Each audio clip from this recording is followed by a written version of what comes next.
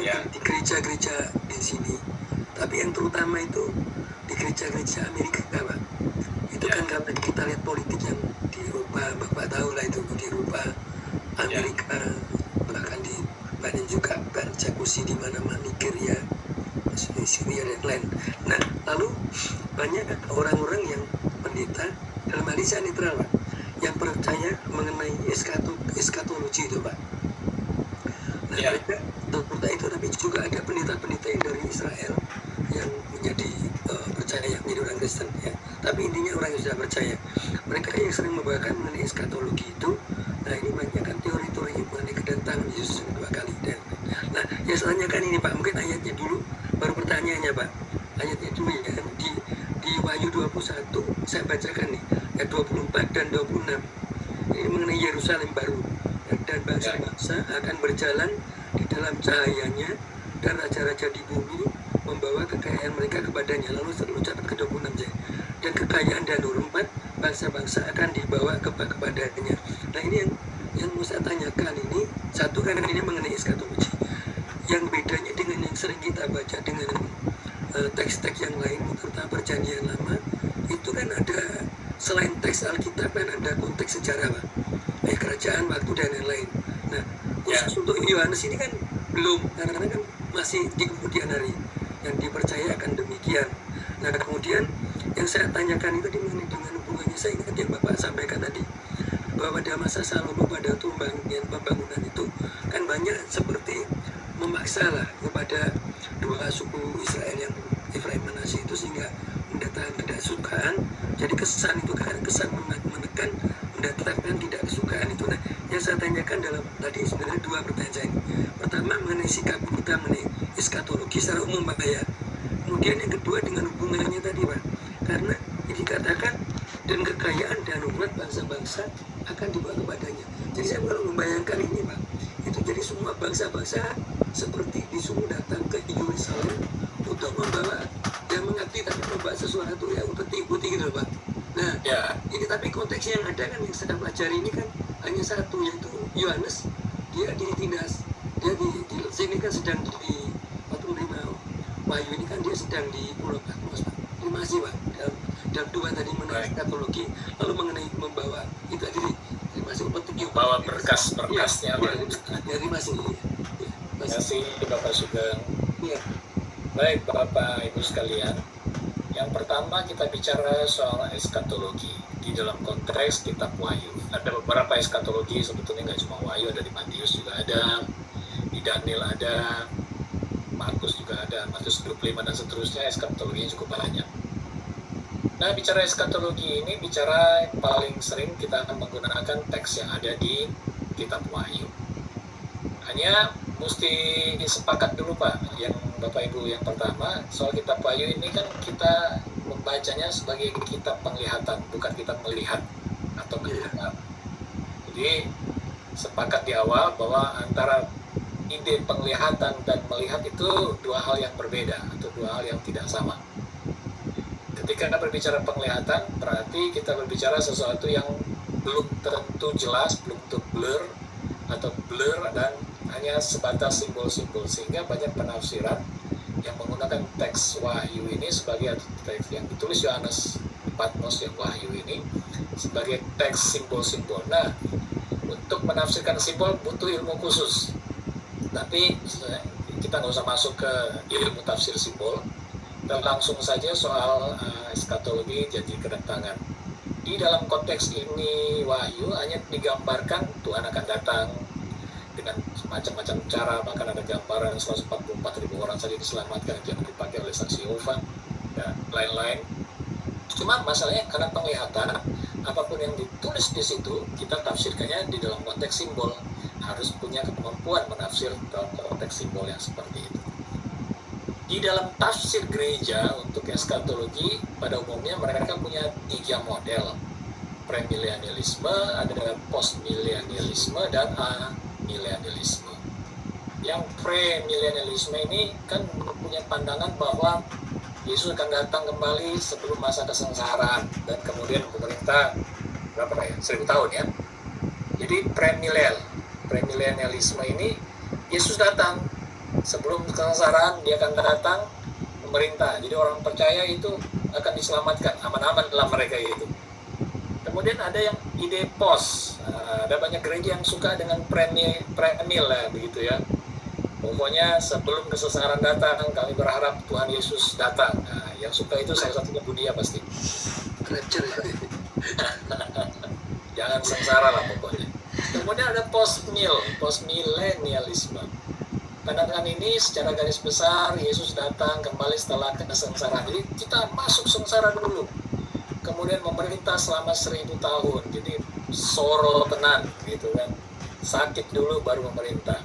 Yang premil ini kebanyakan sebetulnya di gereja karismatik Pentakosta. Postmil ini ada di gereja-gereja atau aliran-aliran yang punya injili-injili tradisional ya, atau injili-injili konservatif, yang kemudian seperti ada evangelism EE begitu ya, evangelism explosion. Mereka itu punya ide menderita bagi Yesus, pikul salib sampai kemana-mana berdarah-darah. Nah, ini yang postmil. Baru kemudian setelah melewati sebelum sengsara diangkat, setelah sengsara baru Tuhan datang, ada lagi yang ketiga amil atau amilenialisme. Pandangan ini ya di tengah-tengahnya, dia percaya saat ini sampai entah kapan nanti Yesus telah memerintah, sudah ada di tengah-tengah kita. Mau sengsara nggak sengsara ya hadapi aja. Nah, biasanya gereja-gereja reform atau injili baru yang dalam konteks ini, mereka lebih masa bodoh atau nggak mau pusing. Mau premil kah, mau postmil, kami ada di amil. Kami menolak semuanya, itu maksudnya gitu. Tetapi secara garis besar tidak ada gambaran kapan seperti itu. Hanya ayatnya menyuruh kita bersiap-siaplah, bersiaga senantiasa, gitu kan. Tentang kemudian membawa berkas-berkas. Nah, ini berhubungan dengan teologi Sion, Pak dan Ibu sekalian. Di Israel itu ada dua teologi besar yang dikembangkan di era Daud dan penerusnya. Yang pertama teologi Sinai dan teologi Sion. Teologi Sinai ini dibangun di eranya Musa. Ini teologinya egaliter, teologi yang menempatkan Allah sebagai satu-satunya Tuhan yang menjaga Israel semenjak Musa bawa sampai masuk tanah Kanaan. Teologi yang menempatkan bahwa manusia berada di bawah kekuasaan Allah, terjadi kesetaraan antara umat-umat pilihan Allah di dalam konteks teologi Sinai, begitu ya, Allah berkuasa penuh. Tetapi kemudian teologi Sinai ini punya tandingan ketika Daud memerintah Yerusalem setelah Saul. Daud membuat satu formulasi baru namanya teologi Sion. Kalau dulu teologi Sinai Allah memilih Israel, Allah menuntun Israel mulai dari mereka di Mesir, padang gurun sampai di Israel. Allah menempatkan mereka di tanah Kanaan. Teologi Sion tidak. Dalam teologi Sion, Allah bukan pilih Israel, tapi pilih Daud dan keturunannya memerintah di Yerusalem. Gitu. Pusatnya dulu di seluruh Israel, di Sinai, berganti pusatnya menjadi di seluruh keluarga Daud. Nah, ini ada politisasi Daud sih sebetulnya teologi Sion ini. Jadi Allah ini hanya hadir di Yerusalem, di tempat lain Allah nggak hadir. Kalau teologi Sinai, Allah bisa hadir di mana? Mana maksudnya tadi? Bu Nora boleh di itu dulu. Kalau teologi Sinai, Allah bisa hadir dimanapun juga, Pak. Dia bisa hadir di Dan, di Betel, di Beersheba, begitu ya. Dia hadir di tempat-tempat suci di mana Israel pernah ada para bapak-bapak leluhurnya. Tetapi kalau di teologi Sion, Allah nggak hadir di mana-mana. Cuma satu tempat Allah bisa hadir. Di mana itu? Di Sion, di Yerusalem. Itulah sebabnya ketika Israel masuk dalam pembuangan, Daniel itu 3 kali sehari berdoa, dia harus menghadap Yerusalem. Dan itulah yang diikuti oleh saudara-saudara kita sekarang. Mereka harus menghadap ke arah tertentu untuk berdoa. Itu sudah dimulai sebetulnya di era Daniel. Daniel sampai dimasukkan ke gua singa gara-gara sehari 3 kali dia nggak mau menyembah Raja Nebukadnezar. Dia menyembah Allahnya dan harus menghadap Yerusalem. Teologi Sion mewajibkan semua bait Allah di luar Yerusalem dihancurkan itu dalam Yosua di era 2 Raja dari 21-22, dihancurkan hanya Bait Allah Yerusalem saja yang menjadi Bait Allah nasional. Jadi semua berkas-berkas dari tempat lain, semua harta dari tempat lain harus dimasukkan ke Sion, ke Yerusalem.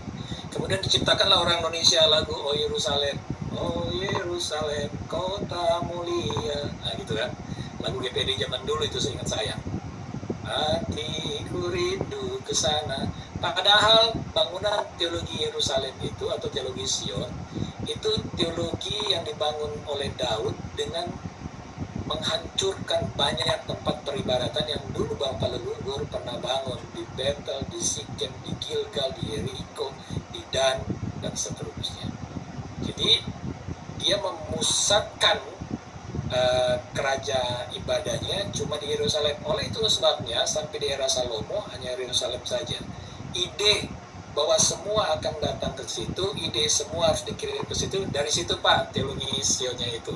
Sehingga janji kedatangan Tuhan yang memilih Yerusalem itu dikirim ke situ. Apakah ide ini kemudian masih bisa kita pakai atau ideologi ini masih kita bisa pakai pada saat ini? Tentunya sudah tidak bisa lagi. Kenapa? Ketika Yesus disalib, tirai terbelah, itu menggambarkan Bait Allah dalam semua konteksnya itu sudah berakhir. Digantikan oleh siapa? Yesus sebagai imam besarnya. Itu yang dalam kitab Ibrani kita. Ibrani itu menyebut begini, Yesus lebih besar dari Musa, Yesus lebih besar dari Melkisedek, Yesus lebih besar dari Harun, Yesus lebih besar dari malaikat, Yesus lebih tinggi dan semuanya. Ketika Bait Allah dihancurkan, semua hal yang berhubungan dengan operasionalisasi Bait Allah, termasuk kaum Lewi, itu langsung non-operasional. Ketika Israel dibuang ke pembuangan, mereka pulang lagi kan sudah tidak mendirikan Bait Allah. Bahkan Bait Allah tersisa yang Herodes bangun pun di zamannya Yesus terbelah. Artinya, peribadatan dalam konteks Bait Allah, dalam konteks Sion itu berakhir ketika Yesus hadir. Berakhir nggak cuma peribadatannya Bapak Ibu, termasuk SDM yang beroperasi di Bait Allah itu langsung langsung berakhir. Termasuk siapa? Termasuk kaum Lewi itu langsung berakhir. Itulah sebabnya kenapa di era Perjanjian Baru kaum Lewi sudah tidak memainkan peran besar lagi. Sepulang dari pembuangan, kaum Lewi ini kan cuma kalau di kitab Ezra Nehemia itu dia hanya pulang sekitar 2.700 orang dari Babel. Sedangkan Harun dan teman-temannya itu masih cukup banyak dan suku lain. Lewi itu tidak mau pulang banyak-banyak. Kaum Lewi yang pulang ini di era intertestamental, yaitu era pulang dari pembuangan sampai di era Yesus, kaum Lewi ini sudah tidak lagi memainkan peran mereka seperti dulu waktu masih ada Bait Allah.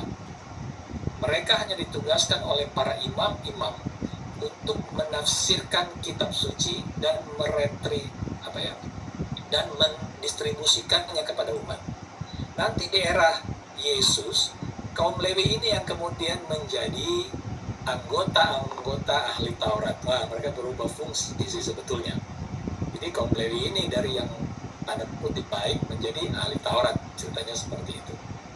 So, masuk di kitab Ibrani, penulis kitab Ibrani itu menggambarkan bahwa sistem keimamatan Yesus lebih tinggi dan membatalkan semua sistem keimamatan yang lain. Keimamatan Musa dibatalkan, keimamatan Melkisedek dibatalkan, keimamatan Harun dibatalkan, termasuk sistem keimamatan Lewi. Semua berpusat di dalam Yesus, Pak. Jadi, apapun juga yang berhubungan dengan berkas-berkas ke Sion menjadi tidak valid lagi. Karena Bait Allahnya sudah non-operasional, sistem keimamanannya sudah non-operasional, termasuk kaum Lewi non-operasional. Makanya saya itu agak suka bingung sebagai penafsir Biblika. Saya pusing ketika ada orang yang berkata, saya ini kaum Lewi, berhak mendapat perpuluhan. Padahal kalau membaca dari kitab Ibrani dan konteks di mana Bait Allah runtuh dan semua sistem keimamatan itu juga runtuh, diganti dengan sistem keimamatan Yesus, keimamatan Lewi otomatis juga ikut hilang. klaim kita saat ini sebagai keturunan Lewi berhak mendapat persepuluhan menjadi nggak valid sebetulnya kalau baca dari sudut biblika. Hanya kan kalau kita baca dari hukum ke-11 hukum gereja ya bisa valid sih, sah-sah saja. Tetapi kalau baca dari sudut biblikanya, keimamatan Lewi tidak valid. Kitab Ibrani jelas-jelas berkata Yesus dengan sistem keimamatannya menggugurkan semua sistem keimamatan yang lain. Saya pernah khotbahin ini, bukan khotbahin, buat seminar di satu sinode pendeta, dan saya diprotes habis-habisan. Jadi tidak masalah. Cuma memang gambarannya pahit, bahwa selama ini secara dogmatis, misalnya kita masih percaya Lewi masih hidup dalam sistem keimamatan sekarang, padahal Yesus sudah membatalkannya itu. Yesus sudah melengsarkannya itu. Sebab sistem keimamatan Lewi harus berhubungan dengan Bait Allah Yerusalem. Bait Allah Yerusalem sudah hancur digantikan Yesus. Otomatis semua juga yang berhubungan dengan berkas-berkas tadi Pak, hilang Pak. Sudah nggak ada lagi. Jadi nggak diperlukan lagi untuk hal-hal eskatologis sih sebetulnya yang begitu.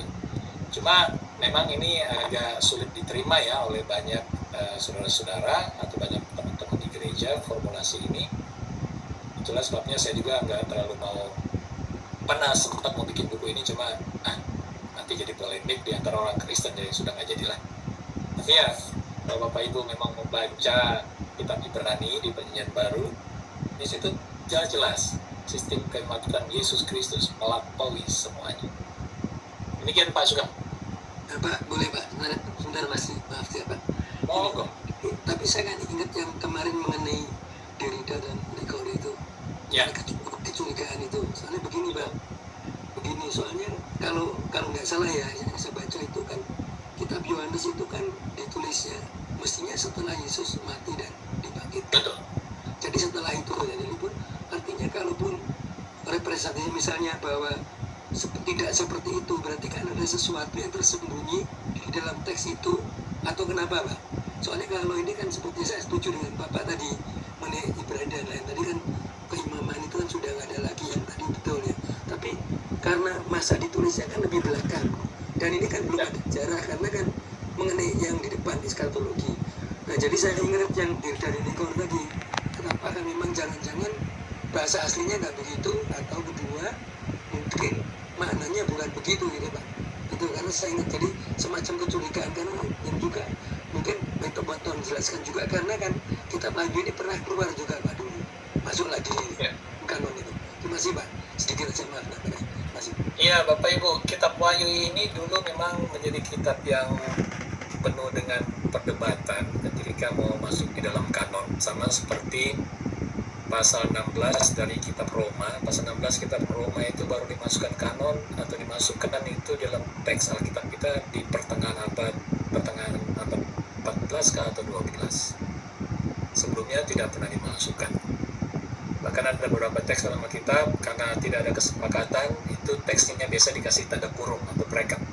Kalau dikasih tanda kurung atau bracket berarti teks itu bisa ada dulu atau tidak ada. Nah, tapi dimasukkan seperti doa Bapa Kami. Di bagian akhir Bapa Kami doa itu dalam teks Indonesia, setelah ingat saya ada tanda kurung. Ada gereja yang membacakannya, ada gereja yang tidak membacakannya karena memang tidak ada. Termasuk teks Yohanes. Teks Yohanes di dalam konteks kitab Wahyu. Ini cukup memiliki polemik yang besar di kalangan para bapak gereja, tetapi kemudian bersama-sama mereka sepakat mengakuinya. Namun dari teks ini kita bisa melihat juga persamaannya Pak, atau kita mencurigai teks tersebut sebagai teks yang terjadi sebelumnya atau jauh sesudahnya, sama dengan teks yang kita miliki di mana Pentateuch atau Taurat. Taurat walaupun menceritakan tentang awal asal mula alam semesta dan seterusnya, tetapi lebih terkesan deskriptif daripada the real story tentang penciptaan, misalnya di Kejadian dan seterusnya. Sehingga ada banyak ahli kemudian dari kritik tinggi mencoba memisahkan bahwa ada bagian teks tersebut diciptakan atau dibuat pada era pembuangan dan pasca pembuangan, mayoritas kemudian di pasca pembuangan. Dan ini mirip-mirip dengan teks yang kita baca di dalam kitab Wahyu tentang janji kedatangan Tuhan. Tuhan, tentang eskatologi, tentang eklesiologi gereja, bagaimana Yohanes yang masuk kategori murid paling dekat dengan Yesus. Kalau dalam gambarnya si Da Vinci itu murid yang berkesender kepada Yesus, dia kemungkinan paling banyak mendapat informasi atau cerita tentang Yesus atau apapun juga yang Yesus ingin gambarkan.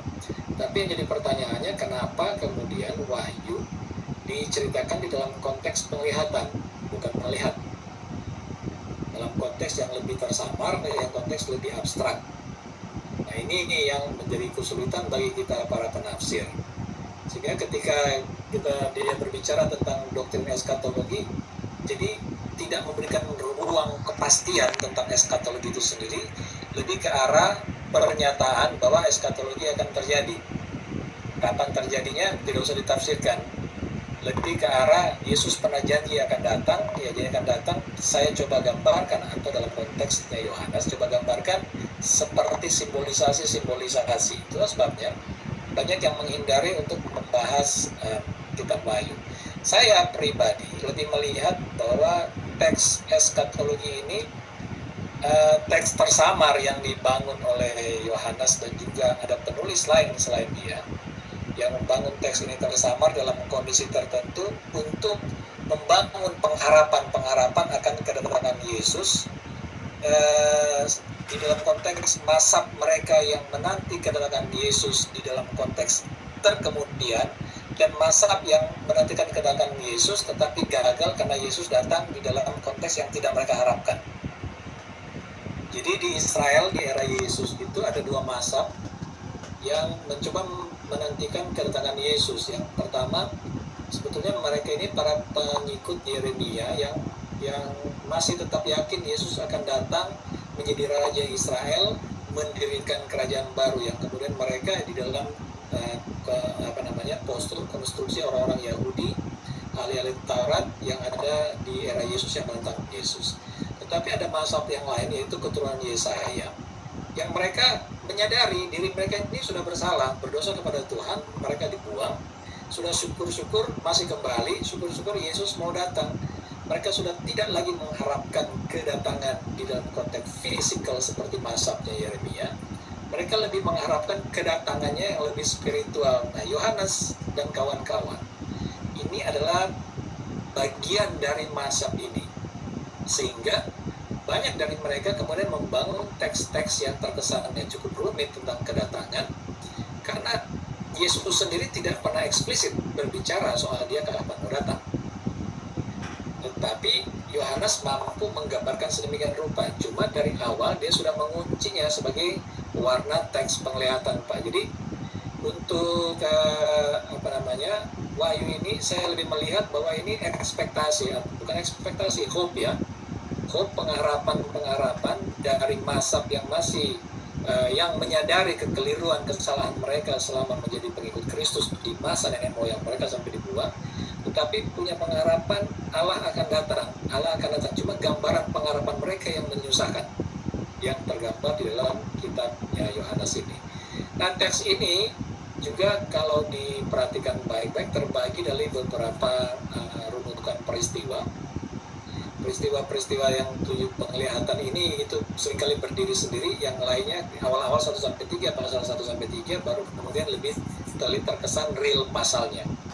Pasal berikutnya baru kemudian terkesan itu lebih penuh dengan gambaran-gambaran. Cuma endingnya sih saya lebih melihat begitu, Pak, bahwa ini teks pengharapan, hanya pengharapannya tidak tahu kapan akan datang, tetapi orang percaya diminta pengharapan. Itulah sebabnya di sinoptik dikatakan mari terus berjaga-jaga, mari terus bersiap-siap. Begitu, Pak. Pak Sugeng mau